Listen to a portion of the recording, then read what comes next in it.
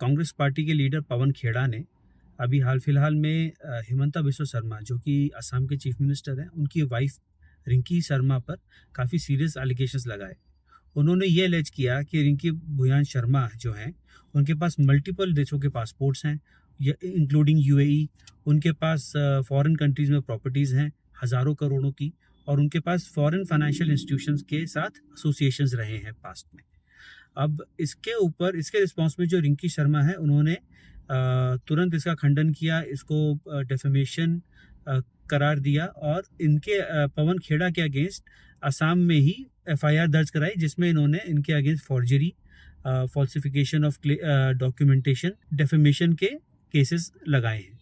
अब बड़ा ट्विस्ट ये आया है कि जैसे जैसे डॉक्यूमेंट सरफेस हुए तो सब लोगों ने, जाहिर सी बात है, सारी रिपोर्टर्स ने अपनी रिसर्च भी करनी शुरू करी, और उसमें ये पता लगा कि जो पासपोर्ट इन लोगों ने एज अ प्रूफ दिखाया था सबको, वो पासपोर्ट नकली था। वो पासपोर्ट एक्चुअली यूएई का था ही नहीं, यूएई का एक आईडी था वो, जिसके ऊपर किसी और के आईडी पे रिंकी भुयान शर्मा की शक्ल और उनकी इन्फॉर्मेशन को फोटोशॉप करके एडिट करके लगाया गया था। अब ऑब्वियस सा क्वेश्चन है कि अगर एक एविडेंस फॉल्स है तो क्या सारे के सारे एविडेंसेस गलत हैं?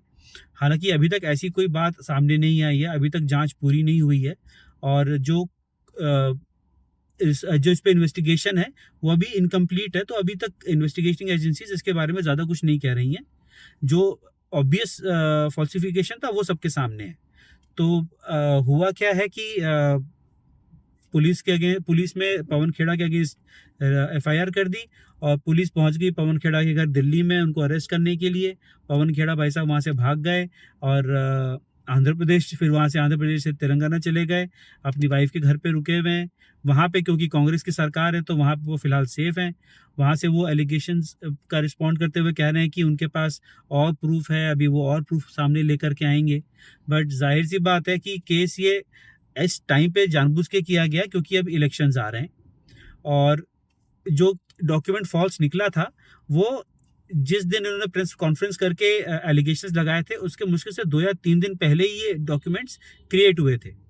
तो कई लोग ये कह रहे हैं कि ये कांग्रेस पार्टी ने जानबूझ के एक फेक कंट्रोवर्सी क्रिएट करने की कोशिश करी है, ताकि हिमंता बिस्वा शर्मा की और बीजेपी की जो पार्टी के इलेक्शन के चांसेस हैं असम में, उनको डैमेज किया जा सके। अब देखना यह है कि आगे चल करके इन्वेस्टिगेटिंग एजेंसीज इसको किस तरीके से हैंडल करती हैं, बिकॉज केस तो फाइल हो चुका है, और ये अब खाली पर्सनल केस नहीं है, अब ये पॉलिटिकल केस भी बन चुका है, क्योंकि इसमें 2 पॉलिटिकल पार्टीज डायरेक्टली आमने सामने आ चुकी हैं। अब अगर असम में इलेक्शन पे इसका असर पड़ता है और पवन खेड़ा के को इवेंचुअली अरेस्ट कर लिया जाता है, तो क्या पवन खेड़ा का पॉलिटिकल फ्यूचर खतरे में आ जाएगा? या एलिगेशंस, अगर जो डॉक्यूमेंट्स इनके पास है उनमें से कोई भी डॉक्यूमेंट अगर सही निकलता है, तो क्या हिमंता बिस्वा शर्मा और उनकी वाइफ का पॉलिटिकल करियर और पर्सनल फ्रीडम खतरे में आएगा? ये तो वक्त बताएगा। Let's hope what happens. जो भी होता है देश के लिए भला हो इसमें। और मेरे इस काम को लेकर के आप लोग क्या सोचते हैं, इसको किस तरीके से देखते हैं, मैं और क्या कर सकता हूँ? Please do give me suggestions in comment box, and please like, share and subscribe. Thank you.